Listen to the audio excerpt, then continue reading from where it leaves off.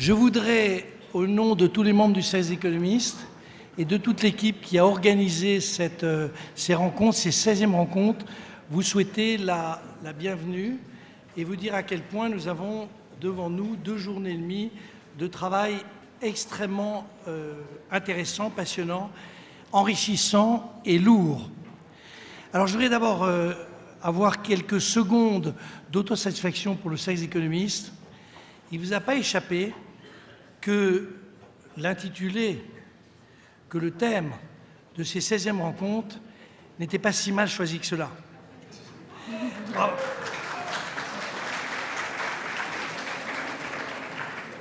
Et le choix britannique du 23 juin n'est pas tout à fait par hasard.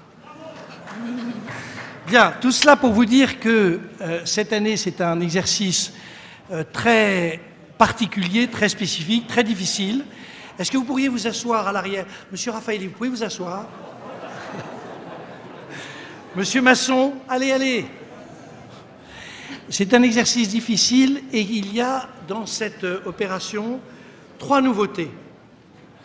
La première, et vous le voyez dès à présent, j'ai à ma gauche et à ma droite 2 jeunes. Je considère que toute personne ayant 1 an de moins que moi est en fait un jeune, mais là ce sont des vrais jeunes. Et ceci signifie simplement que nous avons fait cette année un effort très particulier pour donner à nos réflexions un éclairage particulier, renforcé, qui est celui de la jeunesse étudiante. Et je vous en dirai un mot dans un instant, mais tout ceci s'est traduit par le fait que le concours a été en réalité poussé de manière un peu plus forte que précédemment, et vous avez à votre droite et à votre gauche les résultats de ce concours, de ces 100 jeunes, 11 jeunes qui ont participé à cette affaire.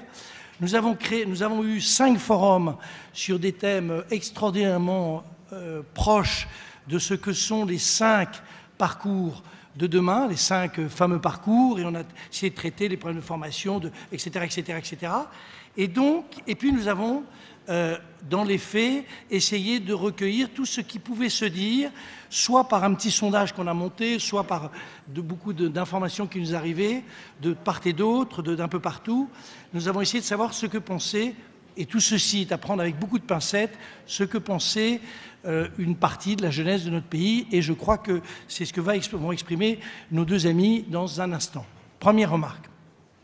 Deuxième remarque, le deuxième effort, le Cercle des économistes a impulsé avec Le Monde une initiative très intéressante qui consistait à ce que 17 think tanks, regroupant à peu près toutes les sensibilités possibles, imaginables sur tous les thèmes qui aujourd'hui intéressent la société française, et ceci a démarré il y a maintenant 6 mois, mais dès cet après-midi, 15 des think tanks évoqués se réunissent à 3 heures, je ne sais plus exactement où ça se passe, c'est dans un amphithéâtre, c'est tout près c'est plutôt central, c'est pas ici, et le thème sera évidemment sur l'Europe et sur les défis que nous lancent les évolutions récentes, donc ce sera de 15h à 17h, et c'est un deuxième effort. Et puis 3e point, et je le dis d'autant plus que le programme a été monté par une équipe de jeunes très très talentueuse, menée par Clara Pisani-Ferry, avec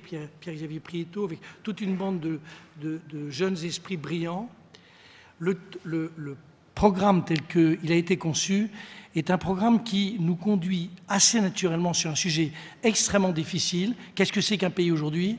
Nous conduit à essayer de bâtir ce qu'on appellera une succession de souverainetés dans la déclaration finale, la souveraineté mondiale, la souveraineté européenne, la souveraineté française, sans qu'il y ait ce débat très confus sur savoir qui fait quoi, mais essayer de le construire dans une véritable architecture. On verra si on y arrive, mais en tous les cas, c'est l'ambition. Et le programme que nous avons monté part d'une hypothèse assez simple. Elle part de l'hypothèse qu'évidemment l'internationalisation ne s'arrête pas aujourd'hui, mais qu'après la période où en fait la mondialisation a consisté essentiellement à transférer des activités des pays développés vers les pays émergents.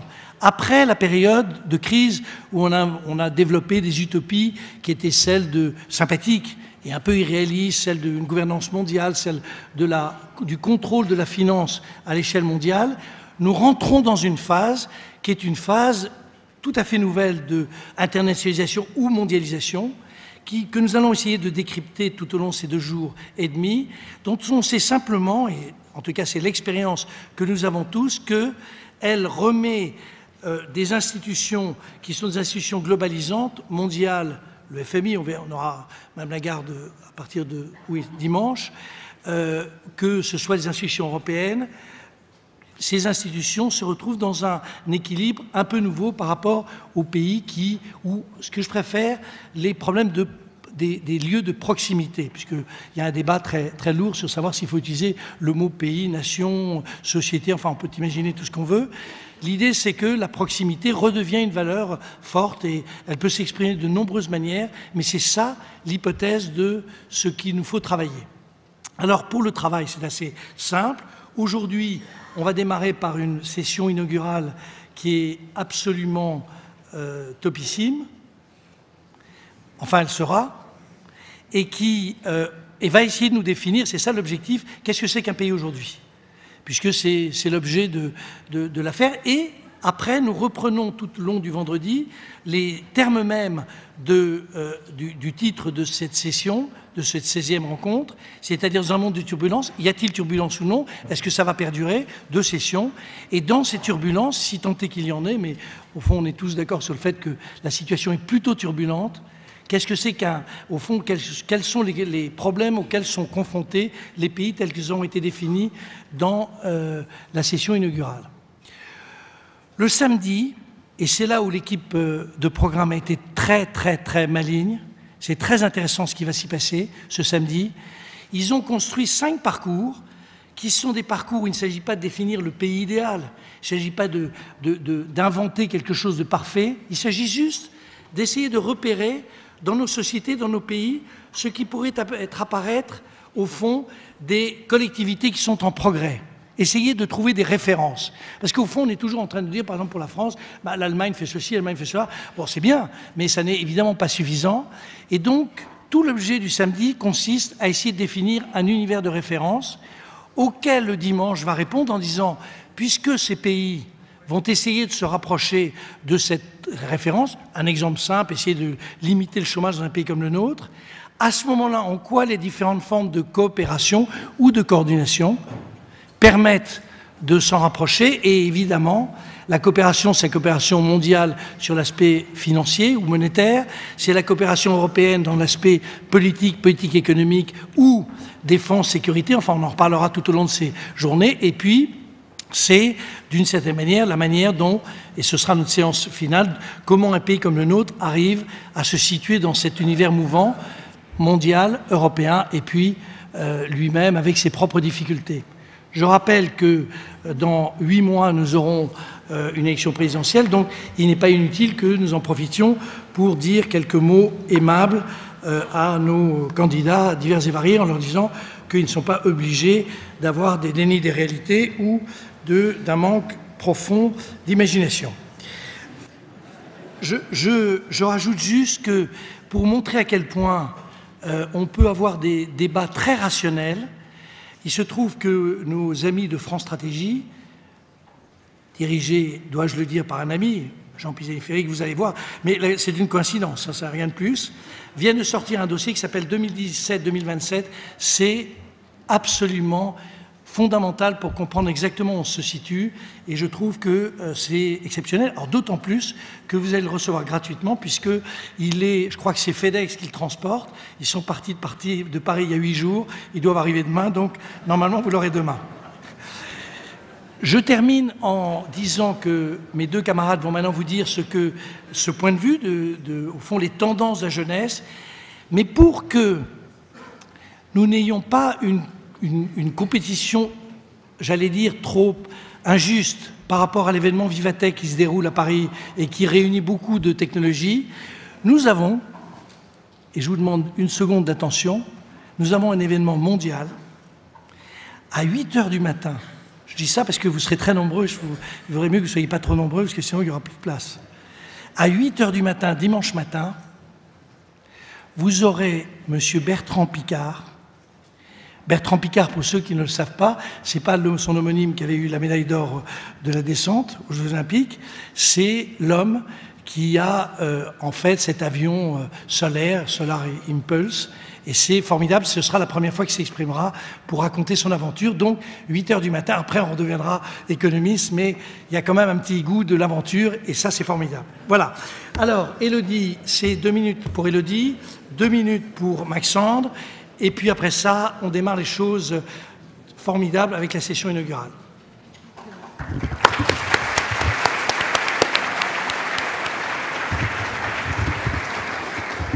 Bonjour à tous, merci Monsieur Lorenzi. Alors parmi les grandes tendances de ce que pense la jeunesse étudiante aujourd'hui, je vais vous parler de 2 points, de 2 mots-clés, la confiance et la lutte contre l'exclusion.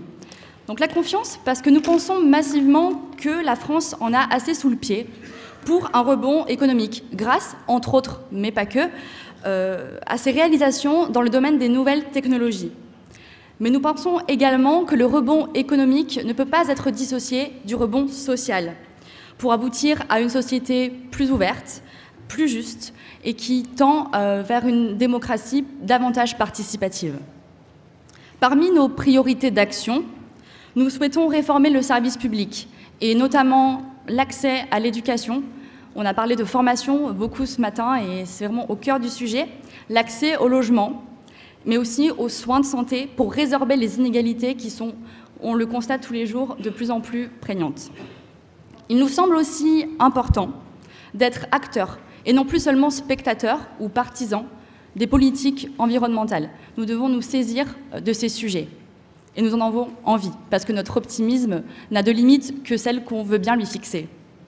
Pour revenir aux inégalités, nous pensons qu'elles sont réelles, elles sont présentes, et on a du mal à y faire face. Cela dit, nous sommes tous d'accord pour dire qu'il faut les combattre. Et ces inégalités créent finalement des clivages de plus en plus importants, et elles proviennent pour partie de 3 phénomènes qui se sont aggravés ces dernières années. Donc, premier phénomène, l'éducation. Encore une fois, l'éducation ne doit pas laisser au bord de la route les individus, elle doit permettre à chacun de se réaliser en tant que personne pour au final servir le pays. Ensuite, on peut citer le développement urbain, tout azimut, qui a finalement créé des quartiers défavorisés et des ghettos, et il faut sortir de cette logique-là. Et enfin, on l'a dit avant aussi, mais l'accès au logement, qui devient de plus en plus difficile et qui, justement, renforce ces inégalités. Lutter contre l'exclusion, c'est aussi œuvrer pour l'accueil des migrants. Et nous sommes nombreux à penser que l'accueil des migrants est avant tout une question d'humanité, même si nous avons pleinement conscience des problèmes complexes, économiques, politiques et sociaux que cela engendre. Nous pensons finalement que l'intégration, qui est un mot important, si elle est réussie, elle peut servir le rebond économique et le rebond social de la France. Et en tant qu'étudiants, nous y croyons. Merci de votre attention.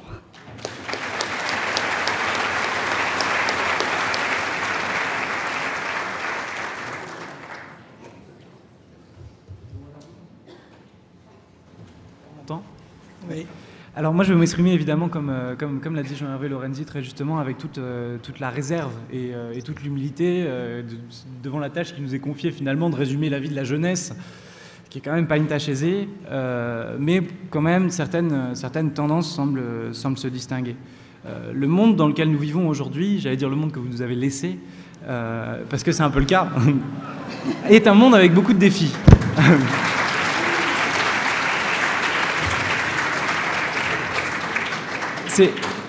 C'est un monde avec beaucoup de défis, que ce soit au niveau de la lutte contre le réchauffement climatique, au niveau de la lutte contre les maladies, contre la pauvreté, contre le terrorisme, et ça c'est seulement les défis au niveau mondial, en plus des défis auxquels nous devons faire face au niveau du pays qui est le nôtre, du pays ou de la société d'ailleurs, comme Jean-Hervé l'a souligné. Je pense que nous souhaitons y arriver, on n'a pas vraiment le choix. On pense qu'on va y arriver, et on pense qu'on va y arriver à travers 2 caractéristiques, je pense pour moi, qui complètent évidemment celle qu'a mentionnée Élodie, qui sont celles d'avoir un pays ou une société qui soit dynamique et ouvert. Je pense que c'est deux mots qui sont très importants pour nous. D'abord, le dynamisme. Le dynamisme, c'est une caractéristique que je pense tous les jeunes à peu près du monde partagent. On se voit pas aujourd'hui travailler toute la vie dans la même entreprise. On souhaite changer de métier. On souhaite apprendre. On souhaite apprendre via plusieurs moyens, via l'école, comme c'était le cas déjà auparavant depuis très longtemps, mais aussi via l'entreprise, à travers les projets qu'on va développer au sein de l'entreprise, et via les rencontres qu'on va pouvoir effectuer au cours de notre vie, via les personnes qu'on va rencontrer. Ensuite, l'ouverture, parce que je pense que ces choses-là, on ne peut pas y arriver tout seul. Le dynamisme qu'on recherche, ce n'est pas un dynamisme qu'on peut faire chacun seul dans son coin. Et ça concerne également tous les pays au monde.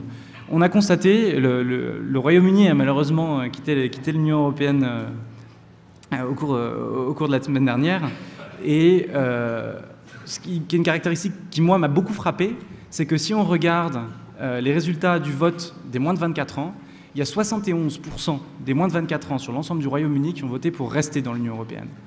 Je pense que ça veut bien dire qu'aujourd'hui, on croit qu'on peut y arriver ensemble, qu'on peut y arriver à travers une société ouverte. Et c'est dans ces pays-là où, et je vais revenir sur un des points qu'a abordé Elodie, où j'ai l'impression que la confiance fait un peu défaut dans la jeunesse. Nous, ce que je pense qui est la clé qui va faire que cette société qui est ouverte, qui sera dynamique et qui va lutter contre les inégalités va pouvoir réussir, c'est la confiance que vous nous accorderez à nous les jeunes pour qu'on puisse ensemble résoudre ces défis auxquels on doit faire face aujourd'hui.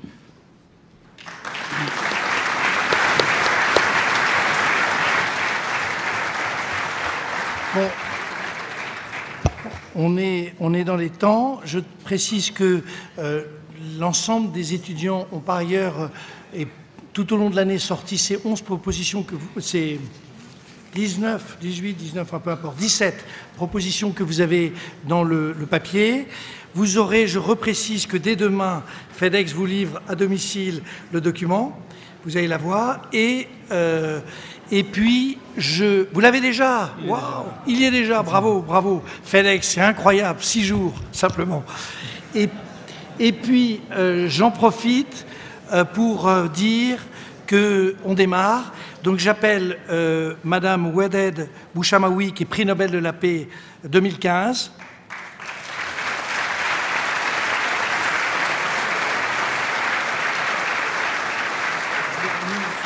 Non, ça va, nous. J'appelle donc Marcel Gaucher, que tout le monde connaît. Madame Manfella Ranfel, qui est ancienne directrice générale de la Banque mondiale.